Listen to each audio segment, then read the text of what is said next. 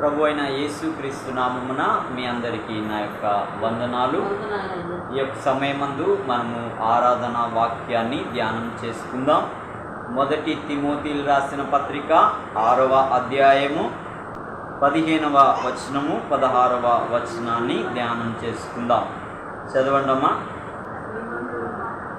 శ్రీమంతుడును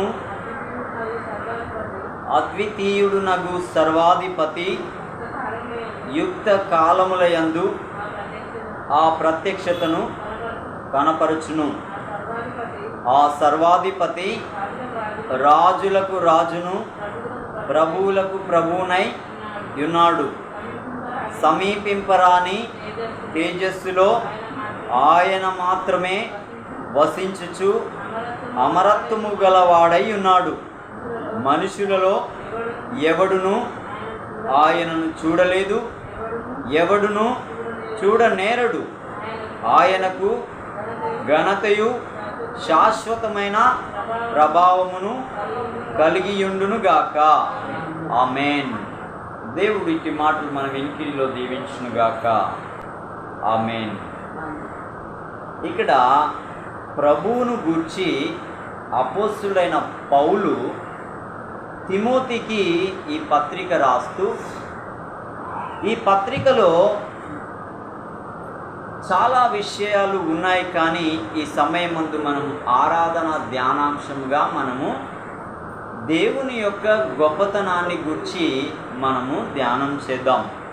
ఏమంటున్నాడండి అపోస్తులైన పౌలు? పరిశుద్ధాత్మ ద్వారా పలికిన మాట ఇక్కడ, శ్రీమంతుడును అద్వితీయుడునగు సర్వాధిపతి. ఎవరంట? ప్రభువు శ్రీమంతుడు. శ్రీమంతుడు అంటే ఇక ఆయనకు సాటి, ఆయనకు పోటీ లోకంలో ఇంక ఎవరు లేరు, ఇక ఎవరు రారు. ఏ తరమందైనా, ఇక ముందు వచ్చే తరతరాలలోనైనా, గతించిపోయిన తరాలలోనైనా ఆయన వంటి దేవుడు, ఆయన వంటి గొప్పవాడు, ఆయన వంటి ప్రభావం కలిగిన వాడు ఇక లేడు, ఉండడు, ఉండబోడు.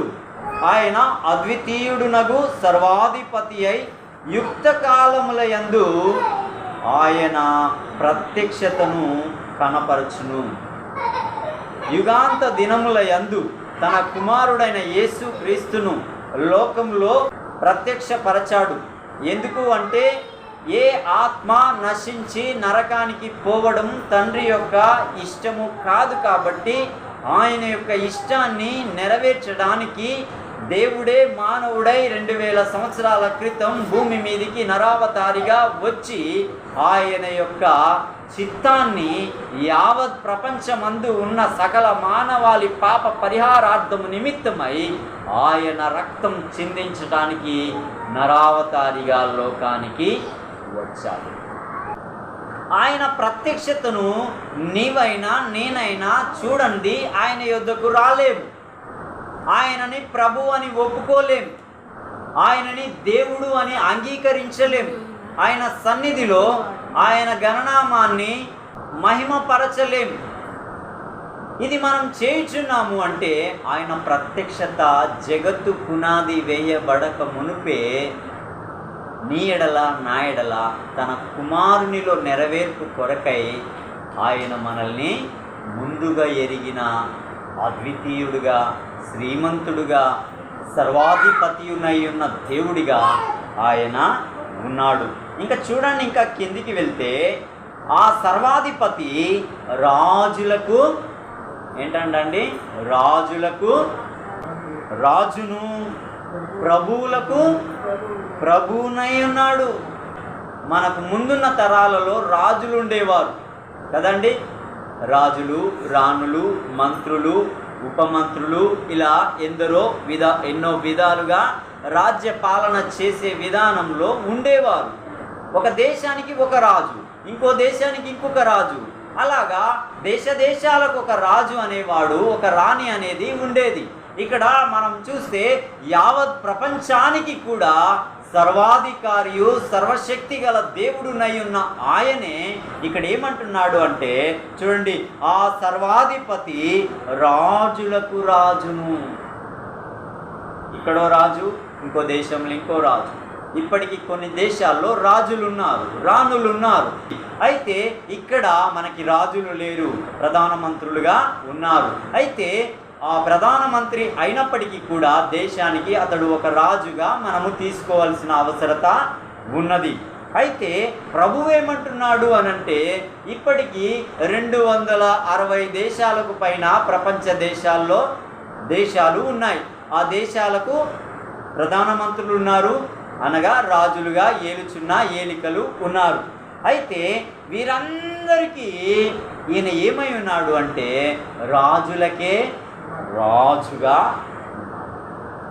ఇంకేమంటున్నాడు చూడండి, ప్రభువులకే ప్రభువై ఉన్నాడు.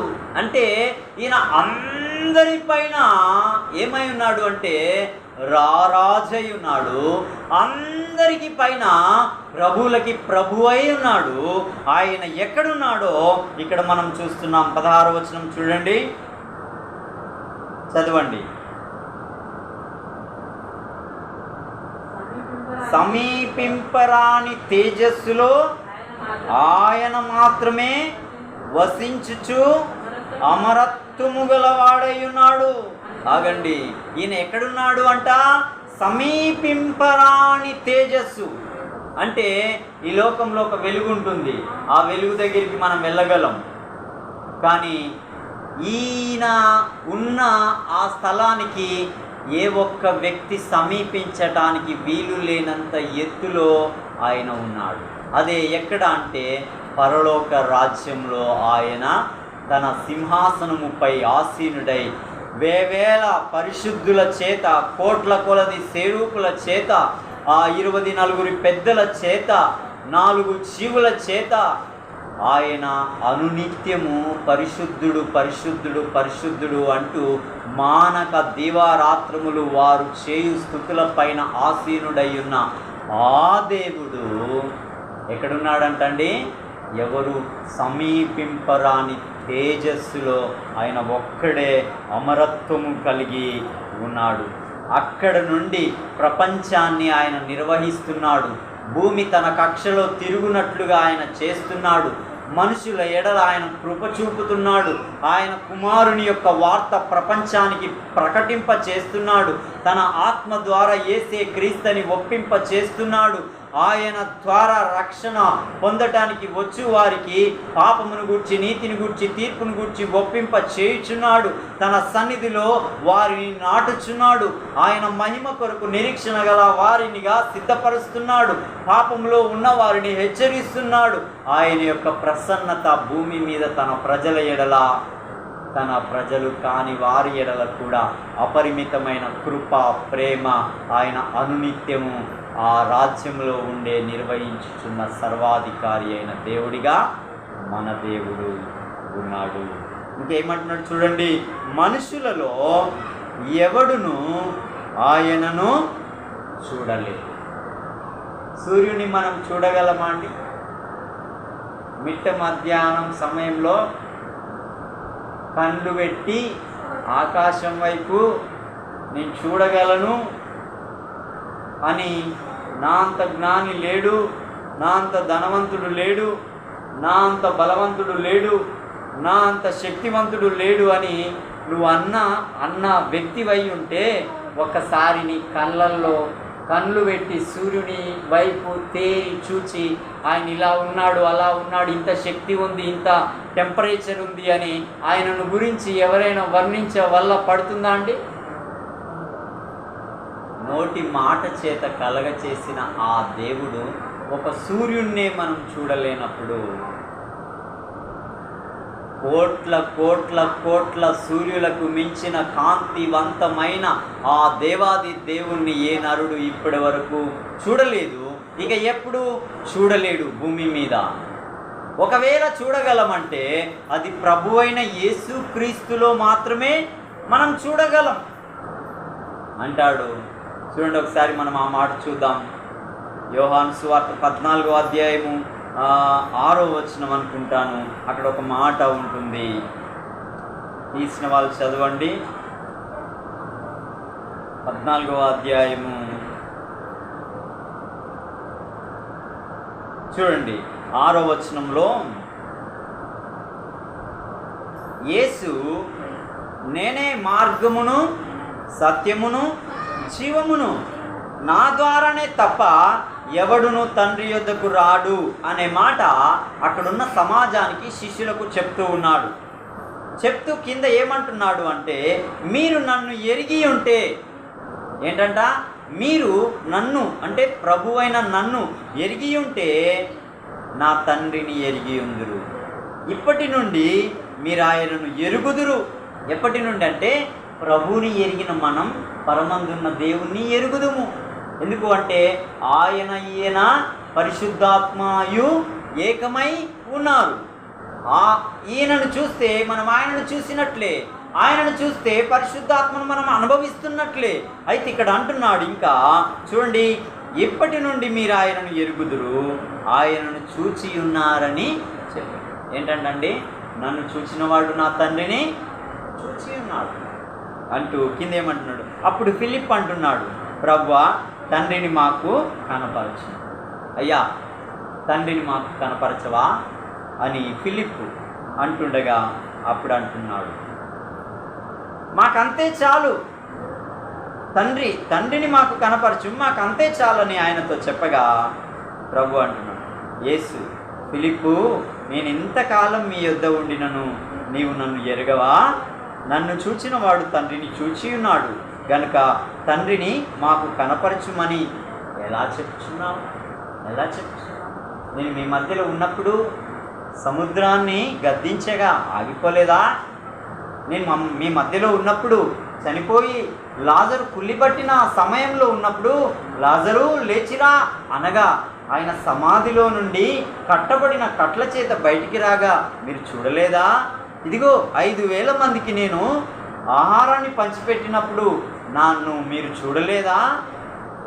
విధవరాలి కుమారుడు చనిపోయి ఆమె దుఃఖప్రాప్తురాలు అయినప్పుడు ఆమెను పరామర్శించి చిన్నవాడా లే అనగానే లేచి ఆయన రాగా మీరు చూడలేదా అంటూ ఆయన అక్కడ చెప్పలేదు. కానీ ఆ విధమైన పరిస్థితులు ఫిలిప్పుతో అక్కడ మాట్లాడుతున్న సందర్భమై ఉండొచ్చు.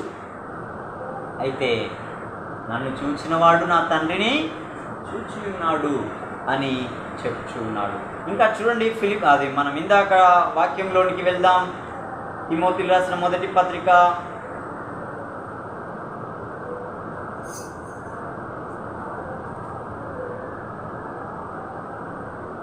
అదే కొనసాగించమ్మా. మనుషులలో ఎవడును ఆయనను చూడలేదు, ఎవడును చూడనేరడు. ఒకవేళ మనం చూడగలమంటే మన ప్రభు అయిన యేసుక్రీస్తులోనే ఆయనను మనం చూడగలం. ఎందుకంటే ఆదాము అవ్వలు దేవుని యొక్క స్వారూప్యాన్ని అనుభవించారు. కానీ పాపమును బట్టి ఆ యొక్క మహిమను కోల్పోవటం బట్టి ఆ విధమైన పరిశుద్ధుని తేరి చూడడం మానవాళికి అది వల్ల కాదు. అది వల్లపడుతుంది అంటే ప్రభువులోనే వల్లపడుతుంది.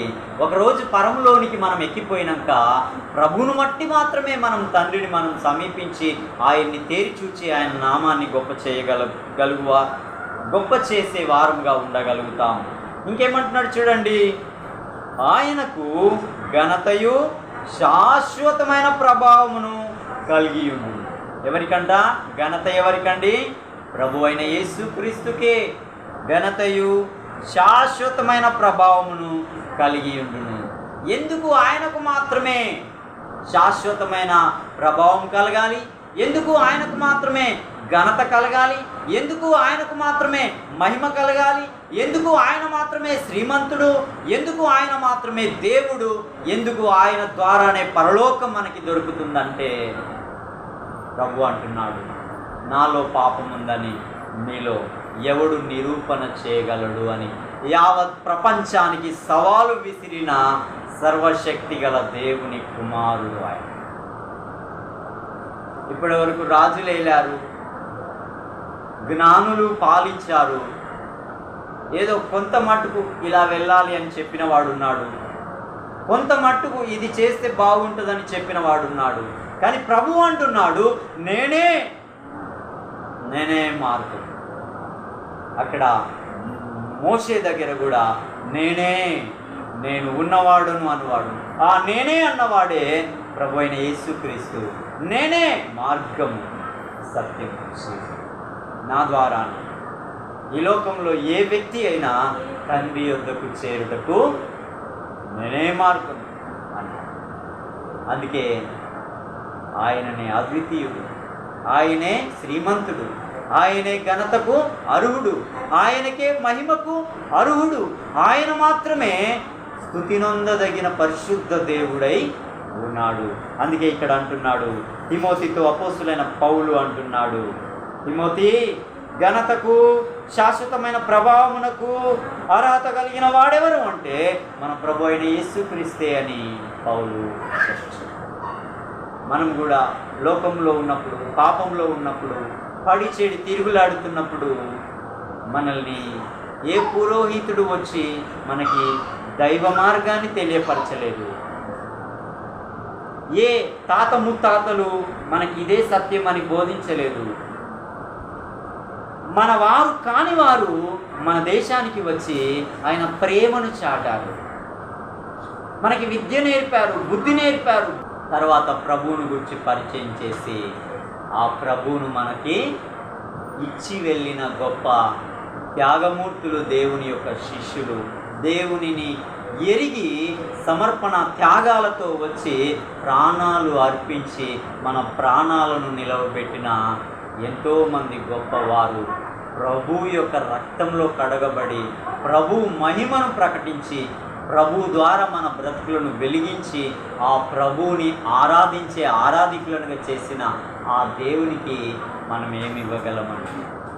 ఏమి ఇవ్వగలం? ఏమైనా ఇవ్వగలమా? నాయనా, నువ్వు శ్రీమంతుడవు, నేను నిన్ను వెతకలేదు, నువ్వే నన్ను వెతుక్కుంటూ దేశ దేశాల నుండి నీ సత్యాన్ని మా మధ్యలోనికి తీసుకువచ్చి మా బ్రతుకులను వెలిగించిన దేవుడు, మాకు రక్షణ ఇచ్చిన దేవుడు, మా కోసం ప్రాణాన్ని దారపోసిన దేవుడు. తల్లడిల్లిపోతున్నా నీ ప్రాణాన్ని, హింసకు గురి చేస్తున్నా నీ ప్రాణాన్ని, హేళన ఎగతాళి చేస్తున్నా నీ ప్రాణాన్ని మా కొరకు పనంగా పెట్టడానికే ఇష్టపడ్డావు. మమ్ములను రక్షించడానికి నీవు అంత త్యాగం చేసిన గొప్ప త్యాగశీలివైన నీకు మేమేమి ఇవ్వగలం? మేమేమి ఇవ్వలేము. మా హృదయాత్మ దేహములతో నీవిచ్చిన రక్షణను బట్టి, నీవిచ్చిన ఆత్మను బట్టి, నీవిచ్చిన నీ కుమారుడైన యేసుక్రీస్తును బట్టి నీకే మహిమ, నీకే ఘనత, నీకే ప్రభావములు ఇప్పుడు ఎల్లప్పుడూ సర్వయుగములలో స్తోత్రార్హుడవు నీవే అంటూ ఆయన గొప్ప నామాన్ని సమయమందు ఆరాధిద్దాం. దేవుని గణనామాన్ని పూజిద్దాం. దేవుడు తన మాటలు మన వినికిడిలో దీవించి ఆశీర్వదించుగాక. ఆమేన్, ఆమేన్.